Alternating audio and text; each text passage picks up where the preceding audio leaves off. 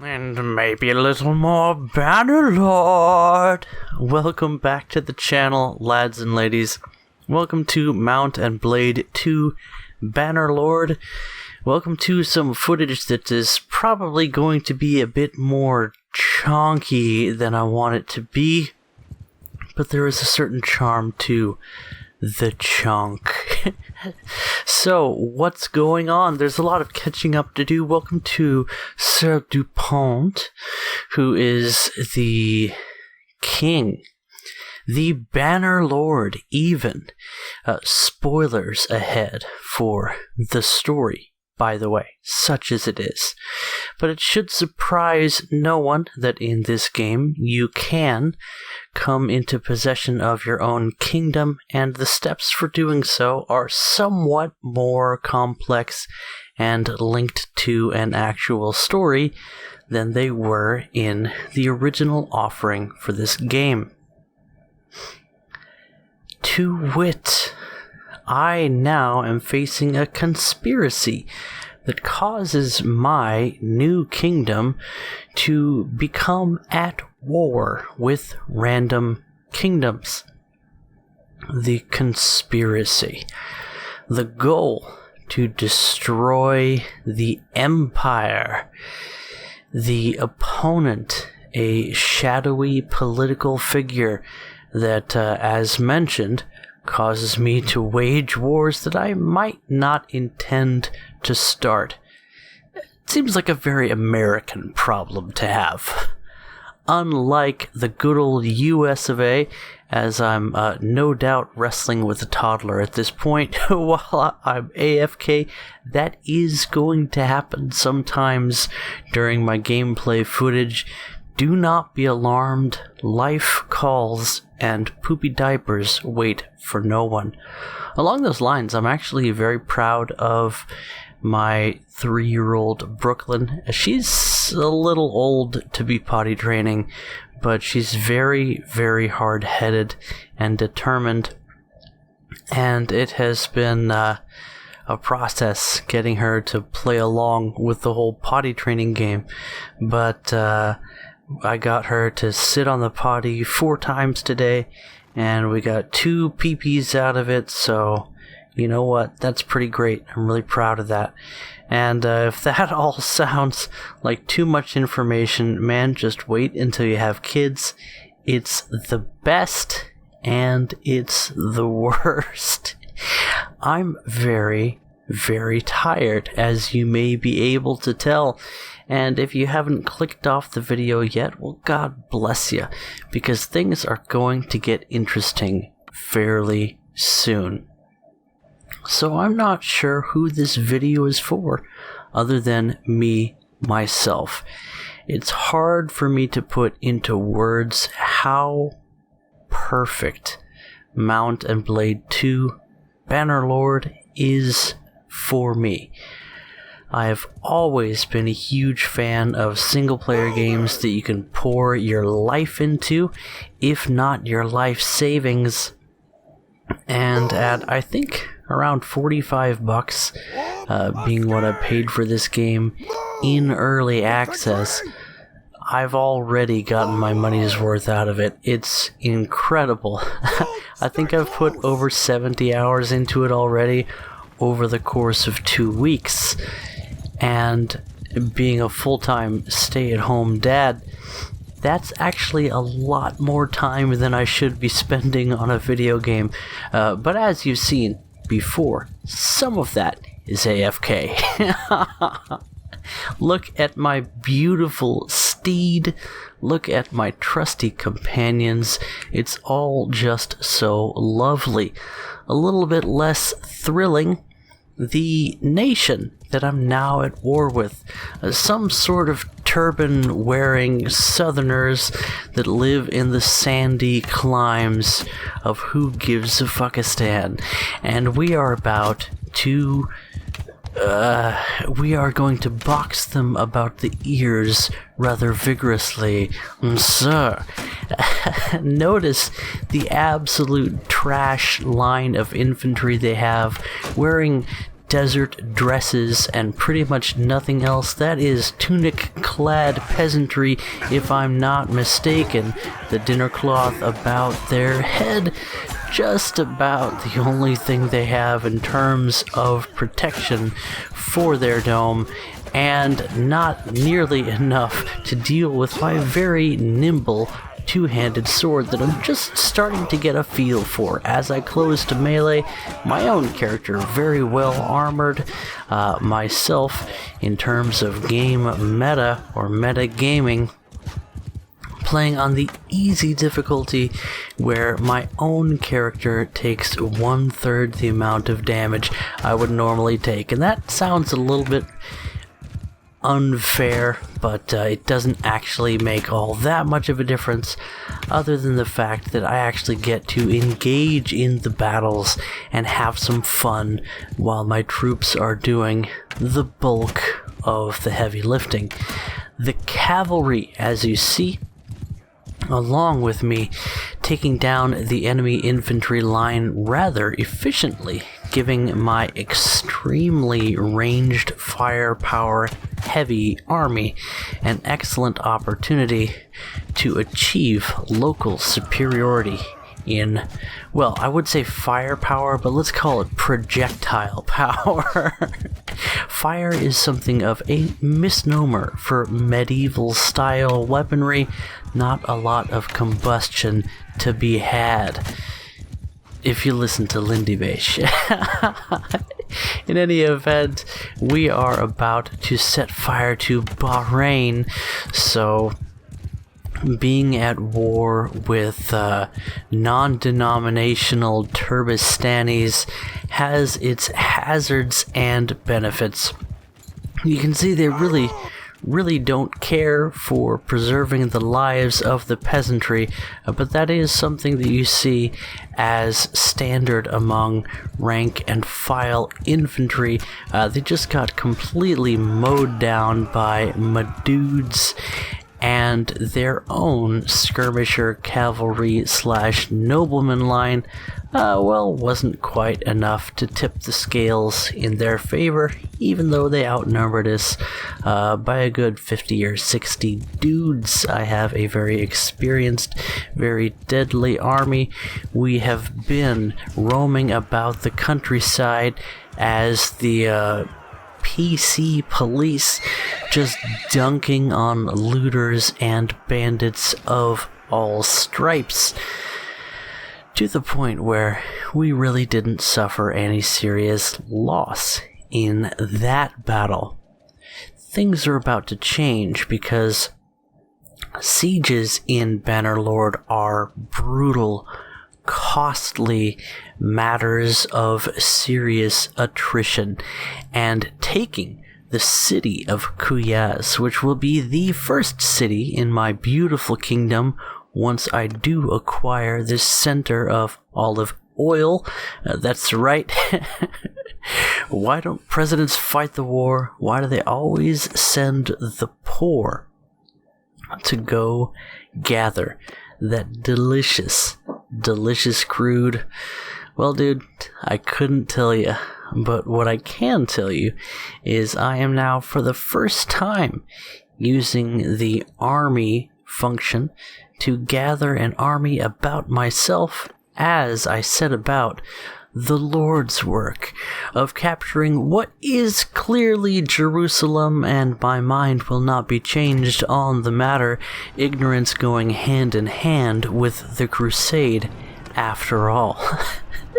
At the same time, I've set up my own siege camp around the city, and I'm trying my hand at building siege equipment, but for whatever reason, the enemy city is much more capable at building their own defenses, and they just smash whatever offensive weapons I attempt to build. So we'll be focusing on the good old-fashioned battering ram, which sees a lot more traction in films and media than it did in real life, and scaling the walls with good old-fashioned ladders the way God intended.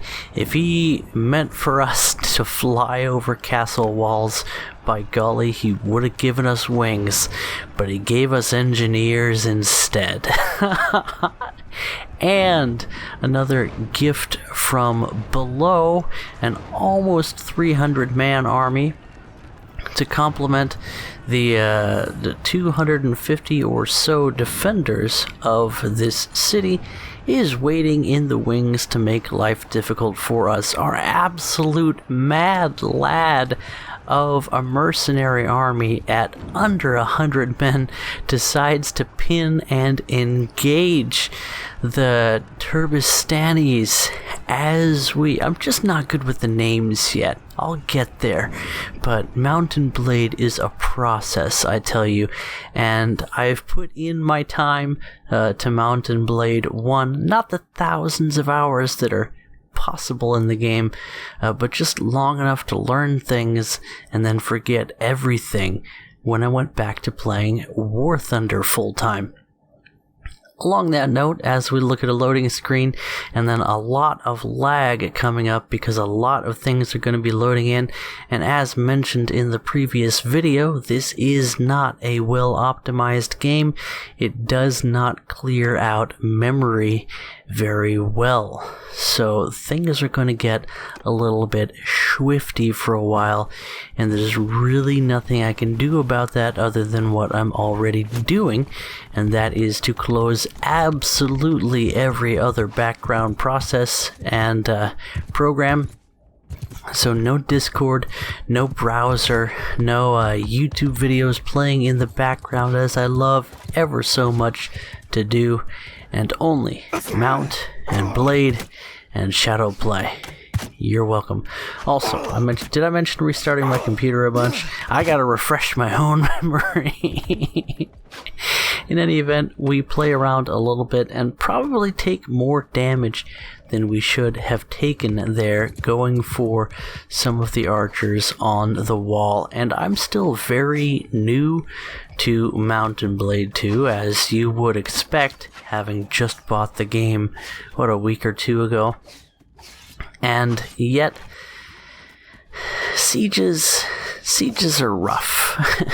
They're difficult for me, and I tend to lose a lot of dudes. And I suspect that is, my area is a little bit of a mess, and I'm repositioning my anatomy real quick. But Mountain Blade sieges are costly.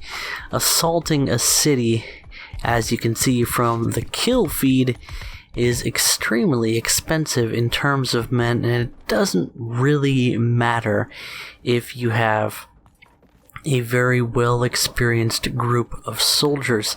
The fact that the enemies all start on the walls angry and loaded up with arrows, javelins, and unsightly projectiles of that nature just kind of means that you're going to be a little bit boned for a little bit longer than you want to be before you start to get traction. And we are just starting to get some traction. Not really having an opportunity to get a bunch of kills yet, as Hafez over there says, "Go away," and pushes our ladder off the wall. I love that he drops his little siege hook after he uses it. Just a neat little touch. In fact, there are a lot of very nice visual and audio and animation touches to this game. The movement is so satisfying, and the combat, as I've mentioned, is superb. But we are about to be eyeballs deep in unwashed sheep farmer, and it's not going to go well for us for quite some time. These guys actually might be more along the lines of goat herders, but who am I to separate the sheep from the goats? considering going medieval on this piece of siege equipment, but it's not really all that beneficial to my team to do that. I say my team, I'm actually the king. You'd think I'd have more of a retinue around me, but the AI does as the AI does. I could tell people to come to my side, but they'd probably get themselves stabbed on the way there. So, two-handed sword in close quarters in this beautiful brownstone is today's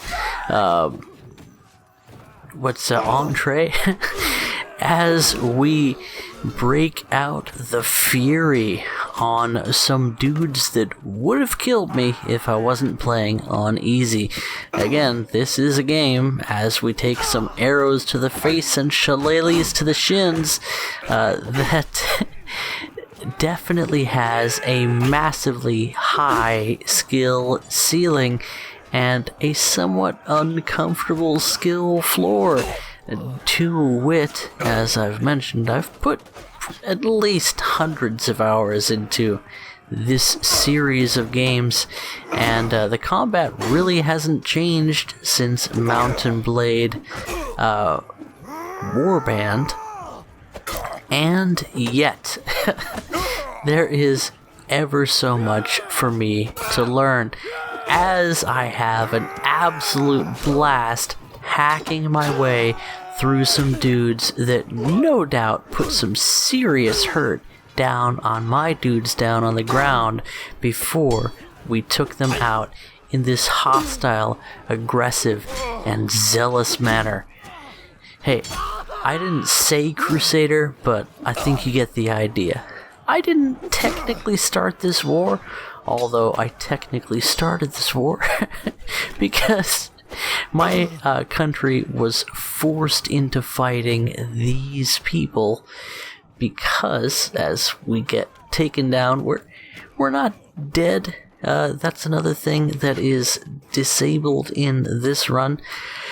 There is a permadeath feature available in the game, and if you fall as I did, as we fast forward and just look at all of the carnage going on in the kill feed as we blaze through this battle 420, there is a permadeath feature to this game that you can enable, and if you get knocked down in a battle the way we did, you will either be wounded, as we are, or die. And if you die, your character is gone, and you can carry on only if you've spawned some children. As I'm actually in the process of doing, I found a nice, lovely Nordic woman that enjoys cutting off heads and plotting, and apparently also making the heirs. She's been very busy building little chunks that will rule the kingdom once Daddy is done beating down everyone that puts up their head in opposition to my clearly heavenly mandated kingdom. An army of convenience. As you can see, we've got a little bit of everything and a whole lot less of it after this last battle that we ourselves were not able to see through to the full. And you can see our companions also put in 100% effort in that battle to the tune of all the remaining HP. All of us wounded, but okay. It is quite nice to have permadeath turned off if you don't have the tightest and most grindy and safe playing strategies. Kuya is now transformed into a beautiful black with white eagle standard that represents the DuPont Kingdom, and we are painting the town our own colors. Here, as the monarch, I get to decide who gets this city, and my only noble in my retinue at this point, Vipon, is without a fief. So, we'll give him a little something nice. Now all that remains is to buy our way out of this inconvenient war as soon as possible. Something that perhaps my own beloved country could learn from. To get the F out of Middle Eastern wars. It's just not a good business.